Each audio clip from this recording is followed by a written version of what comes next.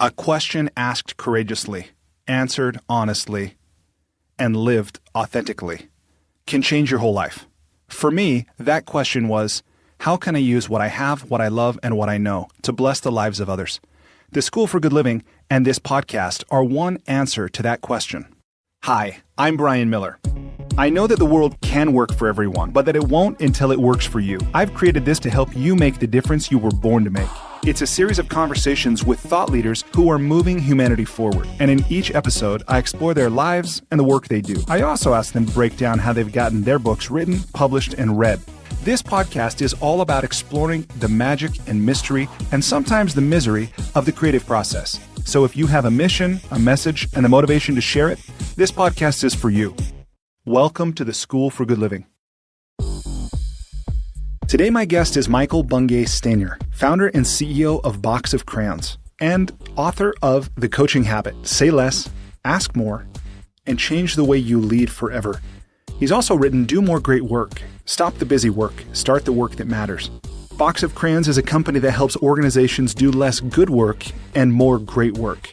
Michael is a teacher of 10-minute coaching to help busy managers and leaders build stronger teams and get better results. Michael is someone that I've met through Marshall Goldsmith's MG 100, and his book is the kind of book that when I learned of it, I started to see it and hear it about it everywhere. I picked it up, and I found that it's an extraordinarily useful little book. You could read it on a short flight. Michael says in this interview that it was his aim to write the shortest book possible that was still useful.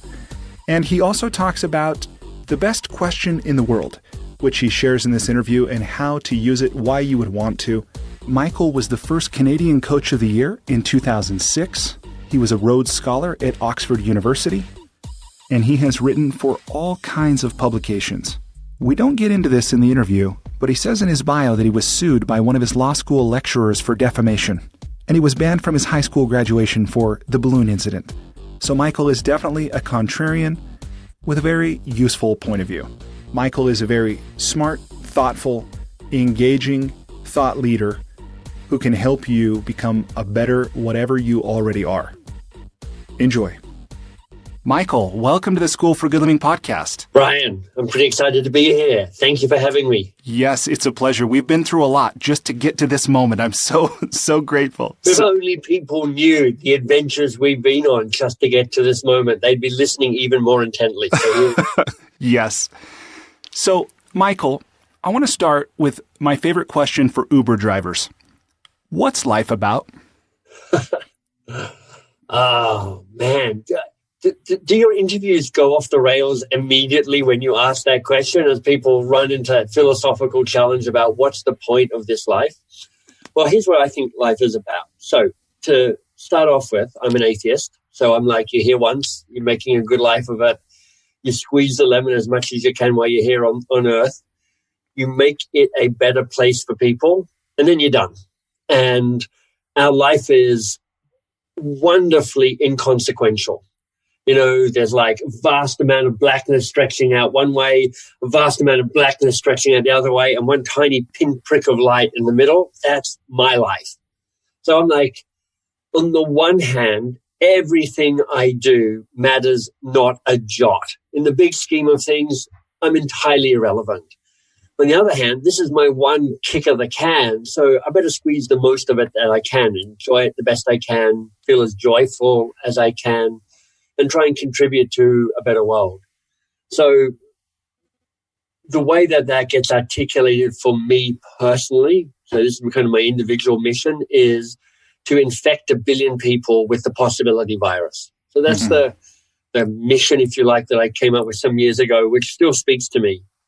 And what I like about it, you know, infect 1 billion people with the possibility virus. It's an unusual metaphor, but what I think makes for a better life, and this comes from one of my mentors, Peter Block. He said, look, it's about giving people the responsibility for their own freedom. Because, and it's such a powerfully loaded phrase, that, because I think what that means is you say to people, it's kind of an existential philosophy here, hey, this is your life. You take responsibility for the choices you make, for the way you show up in this world. And for me, I would love to contribute to allowing as many people as possible to make the boldest, bravest, most courageous, most elegant choices. Because my assumption is if I allow people to do that, then they too make the world a better place. Yeah. So there's my kind of philosophy around it's all pointless, but it's wonderfully pointless. Yeah. No, it's beautiful. I love that perspective. And what you said about helping people to take responsibility for their own freedom, that's an interesting view, because my experience is many people, they don't like responsibility. I mean, they love freedom, but they don't want the responsibility. How's it going with that? Yeah. Well, it's difficult because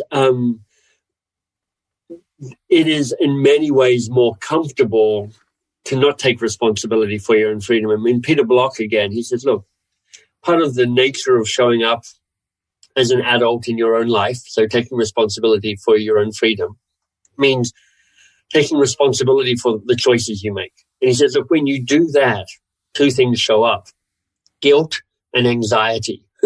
Guilt because it's like, what about the choices that I'm not making? What about the things I'm saying no to? And then anxiety around, have I said yes to the right thing as well? So it is uncomfortable. And it also opens up a way of being in this world that is more powerful. But when you think that there's lots of people who go, hey, just better if I didn't have to make my choices, or I blamed others for that. And there are lots of institutions that say, why don't we infantilize you, to kind of put it really bluntly, so that we've got this collusion going on, which is we'll tell you what to do. You don't have to take responsibility for your choices. And that kind of works. It works for the institution. It works enough for the people. But I wonder if it's working well enough for the planet and for the earth and for life. So it's infect 1 billion people, possibility virus. It's a great challenge because it's damn near impossible. But it allows me to also think, part of what I like about the metaphor around infection is that it also means that it can't be just about me trying to do stuff to people. Right. It's more about what can I release into the world that's useful and provocative and encourages and challenges people to seek the best of themselves. Well, and I love the way you're going about it, or at least the part of it I can see with coaching and with your book, The Coaching Habit. This is a book for me that was one of those where, I'd never heard of the book. I didn't know who you were. And then all of a sudden it was everywhere. How's that even possible? Well, once you crossed the threshold of my awareness, it really was one of those that was like, wow, it showed up in an entrepreneurs organization training I was a part of. I saw it in the airport. It was, the thing people were talking about online. And I've loved this book because of its simplicity and because of its power. And I'm wondering if you would talk a little bit about this book, who you wrote it for and what you want it to do for them. Yeah. The book's been an amazing, delightful success. I mean, we're recording this on the 26th of February and we launched it on the 29th of February, 2016. So a leap year day, because at the time I was like, so here's what's cunning about this. It will take it 4 years to get to its first birthday. So I've got 4 years to claim I sold X number in its first birthday. Yeah, Tony Robbins was born on Leap Day. Did you know that? I did not know that. Yeah. So your book shares the birthday with Tony Robbins. Well, that's a fine thing. And it sold over 500,000 copies, and that after it was turned down by the publishing house, and I self-published it. So it's had a bunch of success. And which is delightful and surprising and wonderful. I wrote it for a very specific person, and I think that's part of why it was successful. I mean, there's a degree to which you just get a bit of fairy dust sprinkling over it if you're selling this many copies. So there's luck involved, but it's not all luck. And I wrote it. First of all, I did try and write it to go, I hope this is universal. I hope it speaks to anybody who interacts with other human beings, because showing up to stay curious a little bit longer and rush to action and advice giving a little bit more slowly, which is how I talk about coaching, is a useful skill for everybody and anybody. But for this book, I'm like, okay, here's the person I'm writing for. She is a director or a VP in an organization. She has a team. She's committed to the work. She likes her team. She likes her job. She's busy. She's probably a bit overwhelmed. She's going, how do I get to that next level of enabling my people to fulfill their potential and have the impact that they want to have and feel engaged and fulfilled? And how do I get that for myself? And she walks and she travels for business. She sees the book in the airport. She goes, this could be interesting. She picks it up. When you flip it open, it's designed to have quite a lot of white space and to look inviting. Too many books look a bit intimidating when you open them up. There's this like dense block of text and you're like, it's hard to read. Yeah, I love it. It's colorful. It's friendly, right? It's open. I want people to look at it and go, I've got a 2-hour flight. I could probably read most of this in the 2-hour flight, which is true. It's my goal was to write the shortest book I could that would still be useful. So I cut out a lot. It's a lean book. And that's who I wrote it for. So I had a really specific person, not just a person who's reading it, but I was imagining the buying process, because for me, the design and the experience of the book is as important as what goes into it as well. And I think it's something that people miss in terms of the book experience that they might be creating, which is this book has to feel awesome because you are competing with social media, which is just a lot more exciting.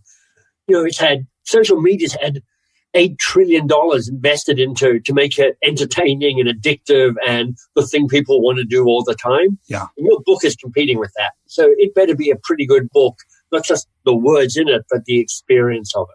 You're the first person I've talked to in nearly 30 interviews who's talked about creating a book as an experience, like the act of having the book, reading the book, maybe even buying the book being an experience. Tell me, has it worked?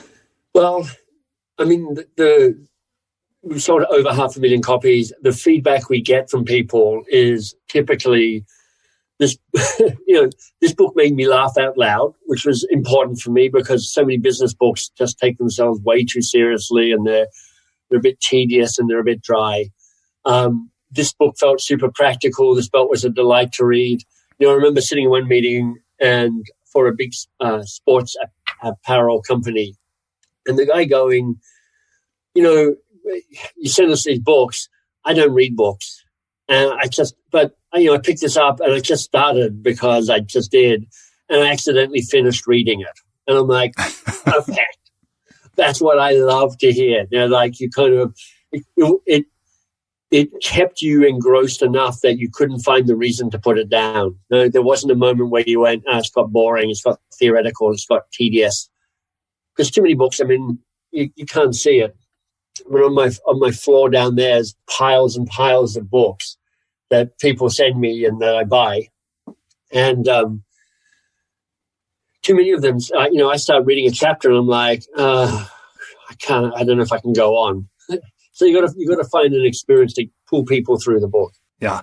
The humor in the book does that. I've actually read your book twice, once before I knew you. And then I finished it again last night.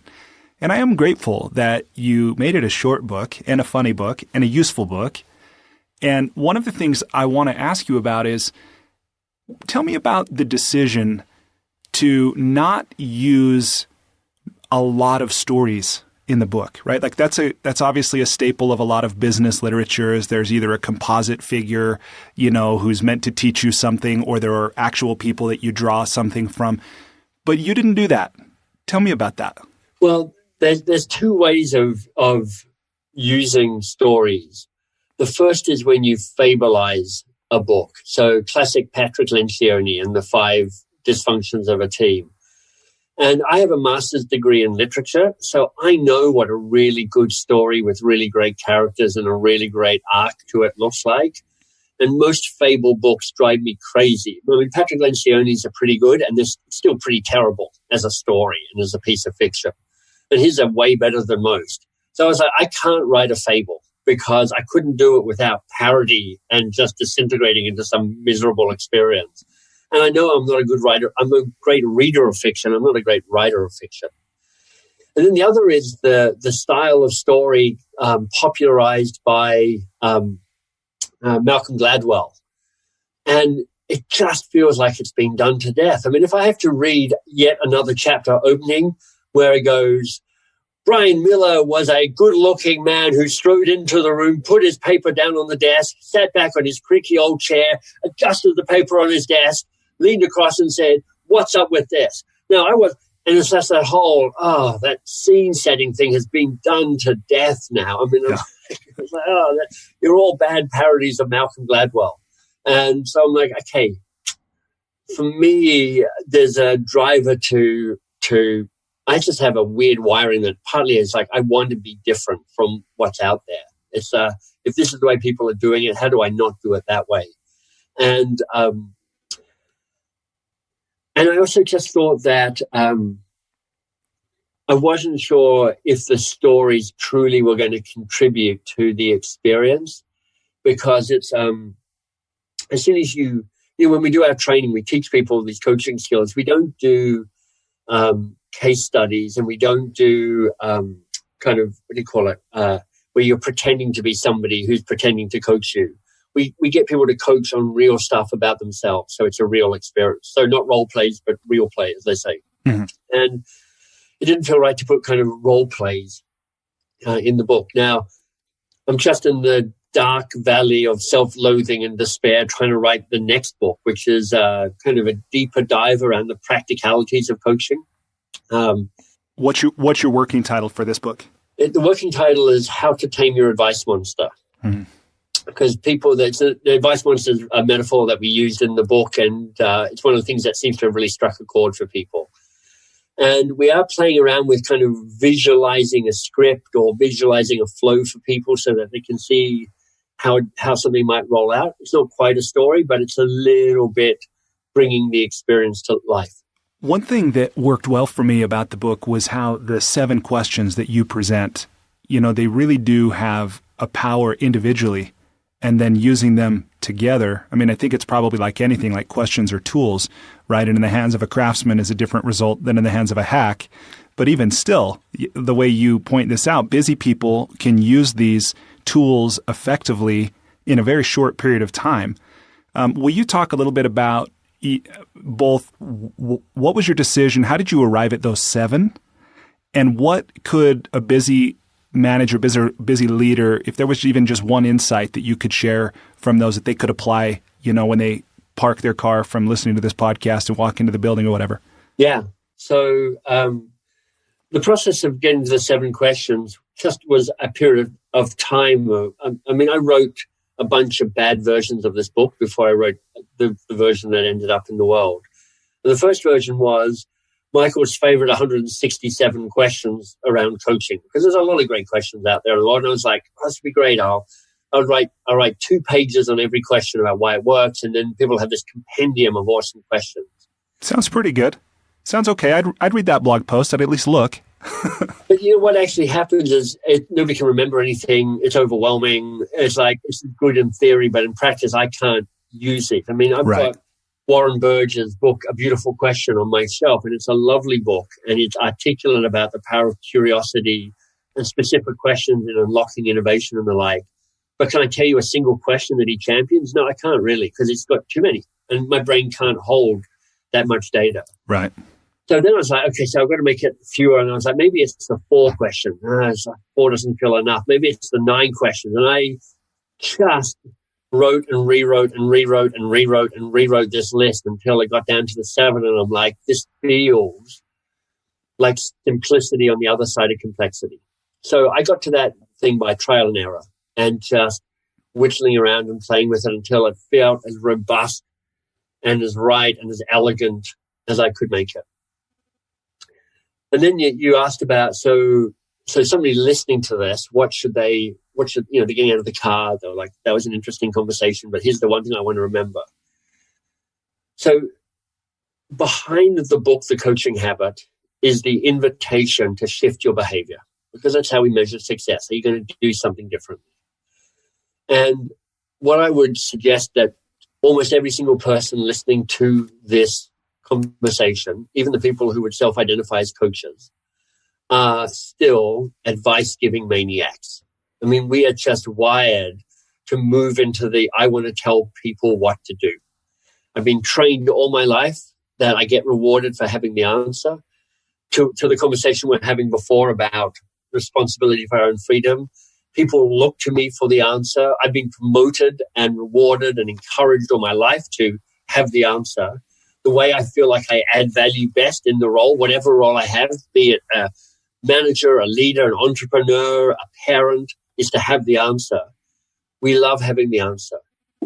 So the behavior change that we invite people to consider is, can you stay curious a little bit longer?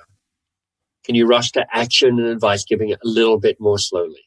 It's not saying never give advice. It's just saying, can you stay curious a little bit longer? And that's hard. It actually sounds easier than it is.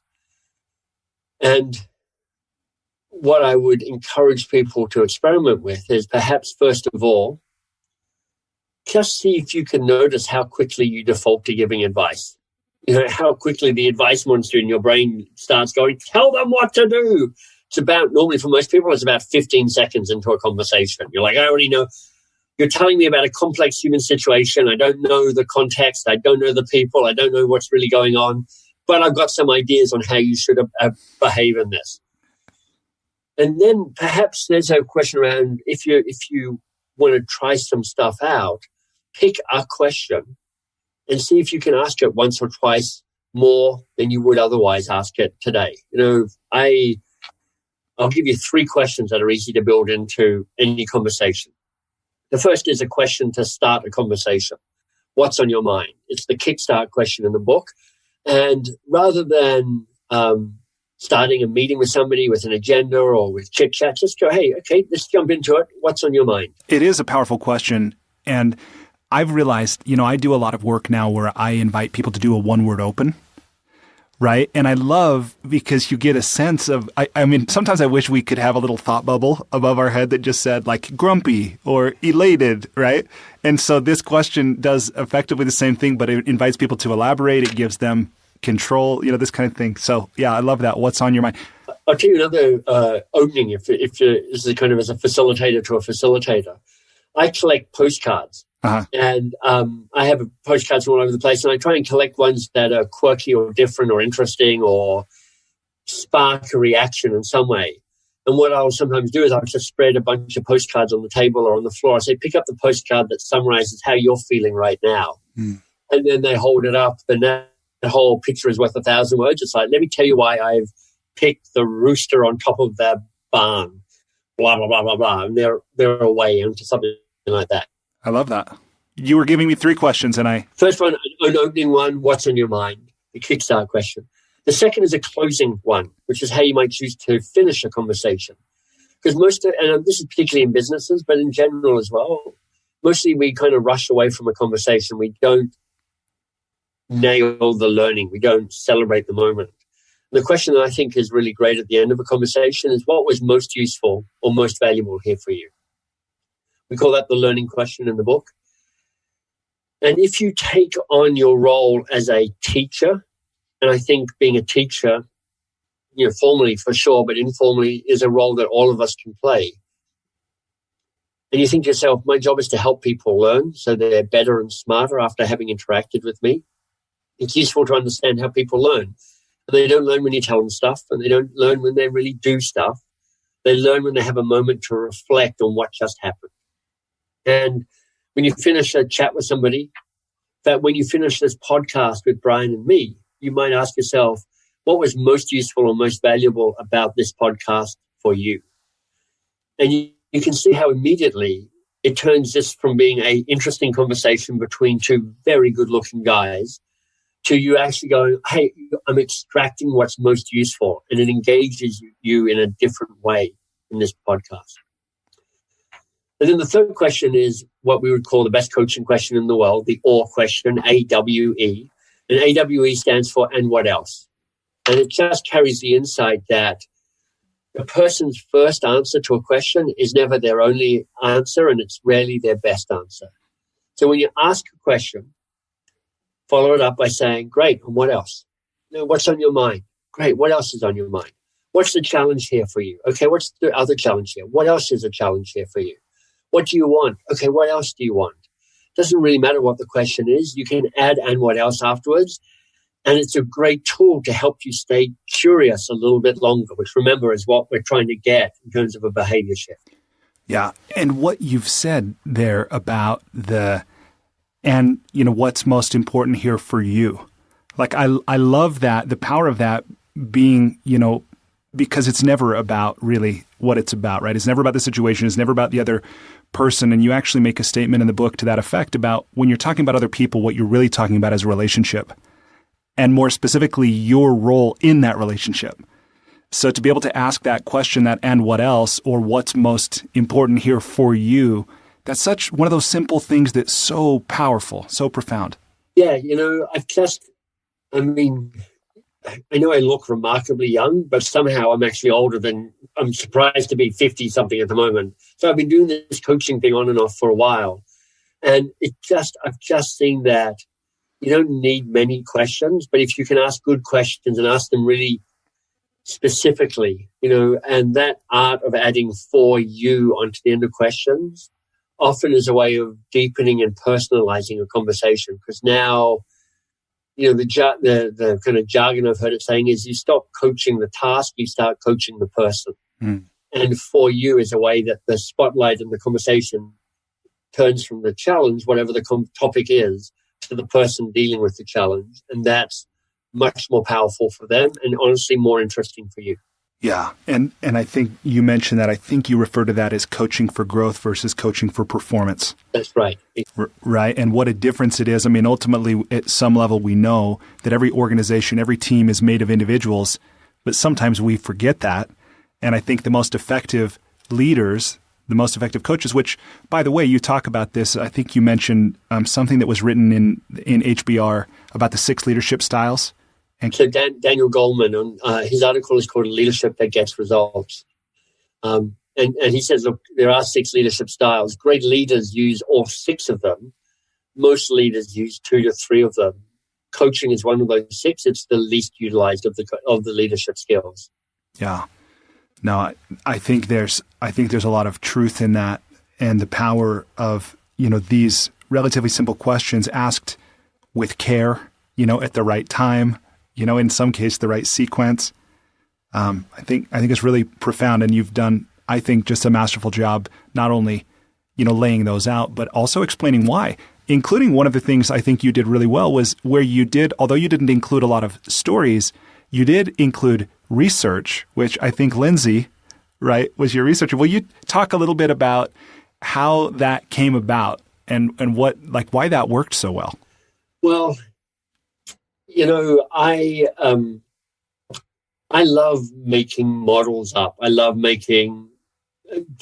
designing process and tools. And there's a degree to which in these days, you can't just make stuff up. You have to have a little bit of science behind it to say there's something here beyond the fact that I am.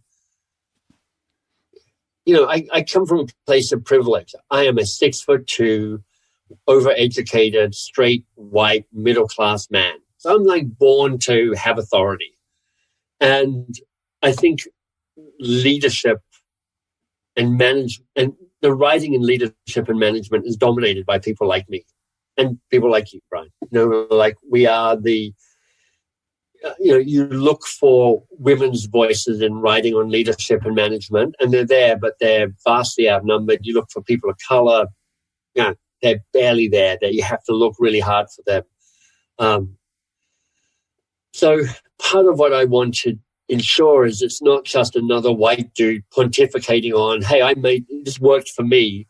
I'm just going to proclaim it as some sort of universal truth because I said so. And there's a degree to which I experience a lot of business books as that. This is my experience. It's true.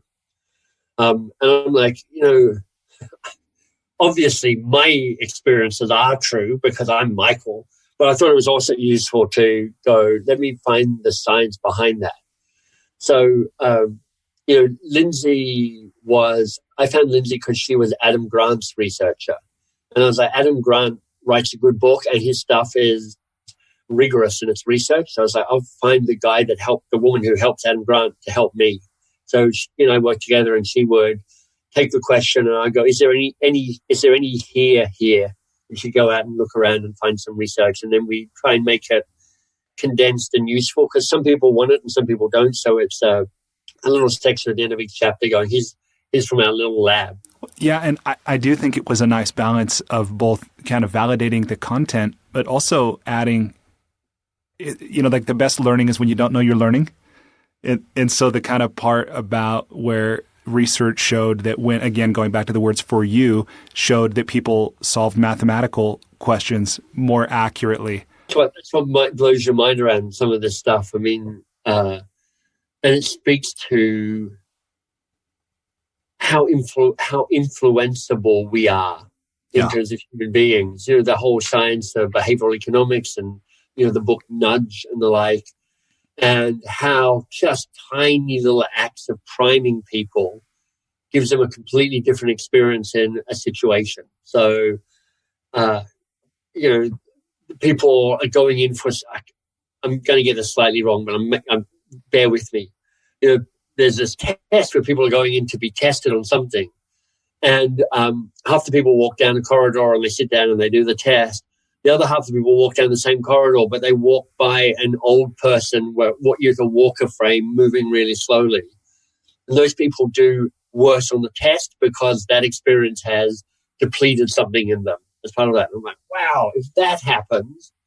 And then there's this wine tasting experience. So they're tasting these, it's a nice room, there's music playing, these people taste these different wines. One, taste it, they're like, oh, it's light and fruity and vivacious. And then 2, it's this. And then 3, it's that. And then 4, it's kind of rich and dark and stormy and blah. And what they did is for wine number 1 and wine number 4, they were the same wines, but they played different music as the background. For the wine number 1, they played Vivaldi, it's like kind of light, spring-like music. When they were tasting the same wine, the second time they're playing Wagner, so it's big thunder, blah, blah, blah. And the wines taste different. And I'm like, oh my God. If we are that easily influenced by the experience we have, and then we put it through this filter that goes, I'm a rational human being, nothing like that would influence me. It just says you can do so much with precision and language and the way you show up. Yeah, no question. Well, and that was a point you made too about that, what's most valuable here for you, right? About formulating, there were a lot of ways you could have written that question, but the one you ended up with, that version, being so powerful because of all of the implications it has, that there was something valuable that, you wanted to remember it, like all of this. It worries me sometimes about the influences of the unscrupulous folks I might be, With great power comes great responsibility, et cetera, et cetera. Yeah, no doubt. Okay, I want to switch gears and ask you the lightning round. I think we'll probably end with this. And before I do, just to make sure I get this in here, I want to do 2 things. First, I want to express my gratitude to you for being a guest on the School for Good Living podcast. My pleasure. And one way I've, a small token of my appreciation, I've gone online to kiva.org, the microlending site, and I've made a $100 microloan to an entrepreneur in India named Ina Kundbi. She's a 47-year-old married woman living in Manipur. She has a small weaving business. She's got a family with 5 members. She earns about $157 a month, the equivalent of that. But she's going to use this money to purchase thread and needles and other weaving supplies to help her expand her business. That is awesome. Yeah. Thank you. Well, it's fantastic. Yeah. I appreciate that. No, it's my pleasure. And then the other thing I want to do, I want to make sure to get in here and not just leave until the very end. But if people want to learn more from you or they want to connect with you, what should they do? Yeah, that's a really good question. The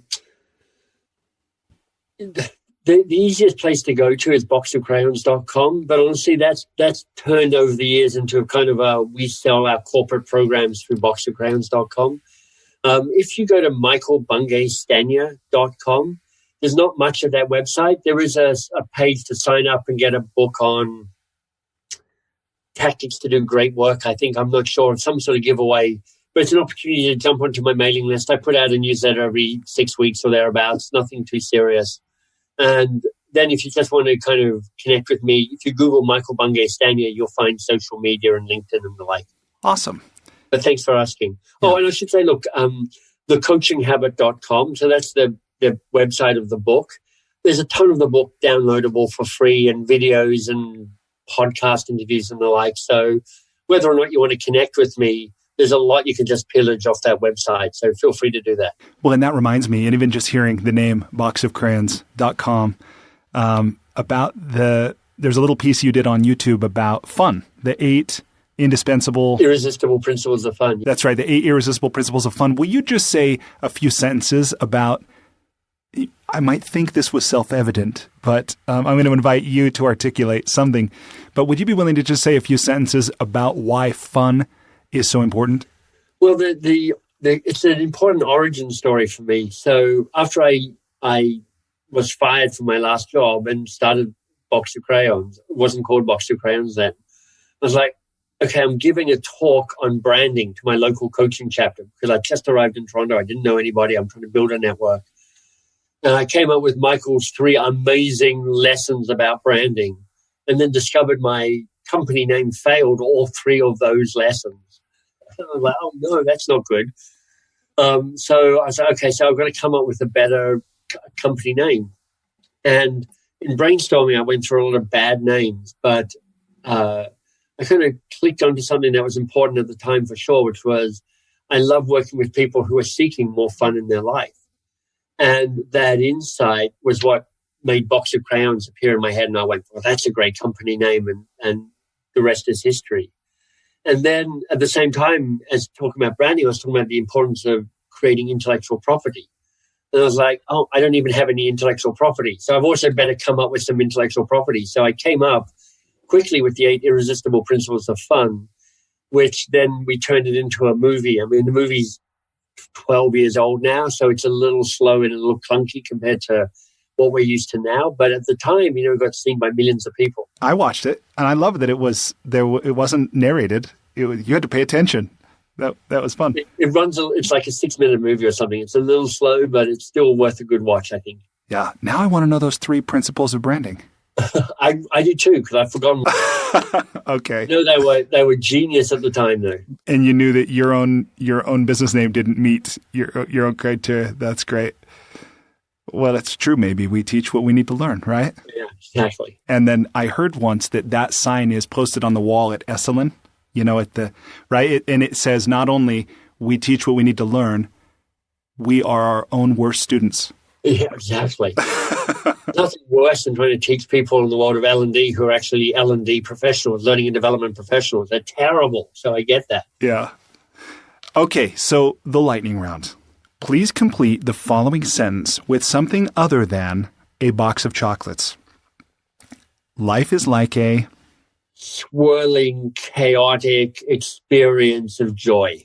Okay. Number 2. What's something at which you wish you were better? Not much, because partly I just enjoy being bad at a whole bunch of stuff. Like, I'm a terrible singer, but I love singing, and I'm not a very good ukulele player, but I play ukulele. And part of it is just going, I'm not that good at the stuff, but I'm still going to get something out of it. So, but I tell you something just from my experience today. I wish I was a little better at conflict and stepping up to manage conflict in a appropriate way. Me too. Not you, me. I wish I... We will have a fight around this. Yeah. Exactly. See, I never liked you, Brian. If you were required every day for the rest of your life to wear a T-shirt with a slogan on it, or a phrase, or a saying, or a quote, or a quip, what would the shirt say? Gosh. I think it just might be blank. I know it's a terrible answer, but I mean, I've got a bunch of quotes and things that I keep on my desk to kind of promote me to think of in things like, here's one: if you're going to try, go all the way. Otherwise, don't even start. Charles Bukowski. Or this one, which I took from Pema Chodron, who's a Tibetan monk: since death is certain and the time of death is uncertain, what's the most important thing? All of these are great, but in terms of wearing a slogan for somebody else to see, it's like, you got to find your own path, man. My slogan's not going to work for you. Okay, fair enough. All right, next question. What book other than your own have you gifted or recommended most often? I I love Bill Bryson. So Bill Bryson's best known as a travel writer. His stuff is hilarious. But the book that I've gifted and recommended most is called A Short History of Nearly Everything. It's a book on science. And his insight is so many of us get science killed in high school by a bad science teaching lesson. And then so many of us, too many of us, dismiss science and don't think it's important. And what he does in this book is he, in a very secular way, makes the world miraculous by explaining science. So he goes, look, I'm just telling you some of the cool things that science knows and has discovered. And it just makes you go, it is nothing short of incredible that I am here on this planet today talking to you on this podcast. It really is a miracle, isn't it? Okay, next question. You travel a ton. What's one travel hack, something you do or maybe something you take with you when you travel to make your travel less painful or more enjoyable? Yeah. I wear natural fibers. So I have this nice T-shirt that is kind of a blend of merino and cashmere. And honestly, it's a little bit luxurious every time I put it on. And that is my travel T-shirt, black travel comfortable T-shirt. And that makes a difference for me. In what ways? Like temperature, comfort, style? Just feels like it's smart enough to travel, but comfortable enough to hang out and not kind of be overly constricted like other clothes might be. Right on. Okay. Thank you. What's one thing you've started or stopped doing in order to live or age well? Well, recently my wife and I have become pescatarians again. So pescatarian mean you eat fish and vegetables. We were vegetarians when we met, then we started eating fish, then we started eating a little bit of bacon, and then that means you start eating a lot of bacon, and then bacon and then steak, everything.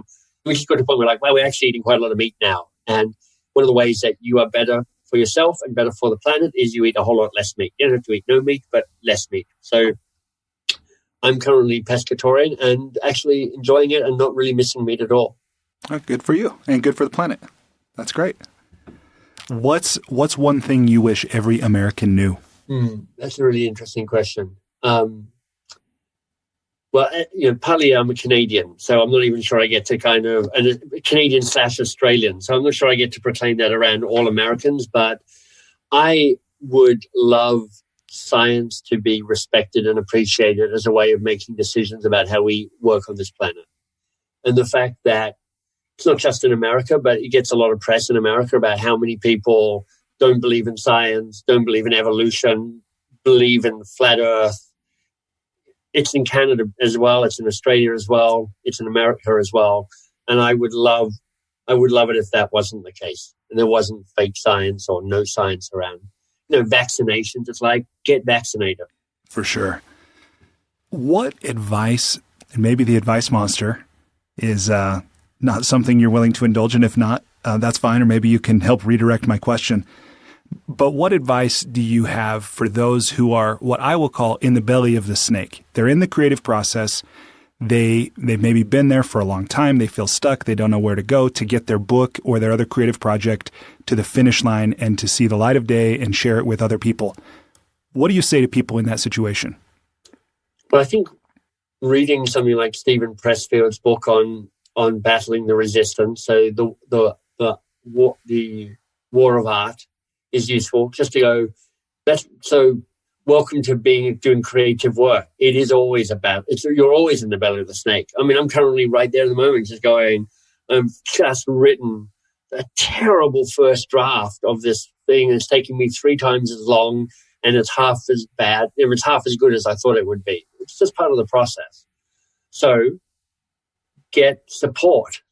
Find accountability, invest in going on a writing retreat, find a coach. My first book, I hired a coach and her only job was to stop me doing other stuff as a way of avoiding writing. I said, you just need to check in on how my writing's going and hold me accountable for that. So get the support in your life to get you across the finish line. No, that's great. So what was most useful for you here today? So I tell you what I appreciated most about this conversation. I mean, I liked the questions. I love the fact that you gave the Kiva loan. I think that's a wonderful gesture. But I also felt that you have a real heartfelt interest in the questions and the answers, and the caliber of presence you have as somebody interviewing was something that I could really feel. Oh, well, thank you. Well, what was useful for me was connecting with you personally. I love your book. I love reading your book, knowing I would have the opportunity to talk to you. So thank you so much for making time to talk with me and with everyone who's listening. I think this is something that it really will be, it's already been one of my favorite interviews, and I'm looking forward to sharing it with many people. So thank you. Thanks, Brian. Yeah. Okay, well, with that, to everybody listening, thank you for your time. I hope you have found this useful and enjoyable. If you haven't already picked up your copy of The Coaching Habit, I encourage you to do so today. It has the potential to improve pretty much every area of your life, whether you're a parent, whether you're a leader, a manager, whether you just talk to people sometimes. So with that, thanks again for listening, and we'll talk to you again real soon. Take care. Despite living in an age where we have more comforts and conveniences than ever before, life isn't working for many people. Whether it's in the developed world, where we're dealing with depression, anxiety, addiction, divorce, jobs we hate, relationships that don't work, or people in the developing world who don't have access to clean water or sanitation or healthcare or education, or who live in conflict zones, there's a lot of people on the planet that life isn't working very well for. If you're one of those people, I invite you to connect with me at goodliving.com. I've created Life's Best Practices Breakthrough Coaching to help you navigate the transitions that we all go through. Whether you've just graduated school, you're going through a divorce, you just got married, you're headed into retirement, you're starting a business, you just lost your job, whatever it is you're facing, I've developed a 36-week course that you go through with me and a community of achievers and seekers who are committed to improving their own lives and the lives of others. So through this online program, you will have the opportunity to go deep into every area of your life, explore life's big questions, create answers for yourself in community, get clarity and accountability. If that's something you're interested to learn about, I invite you to contact me directly at brian@brianmiller.com or by visiting goodliving.com.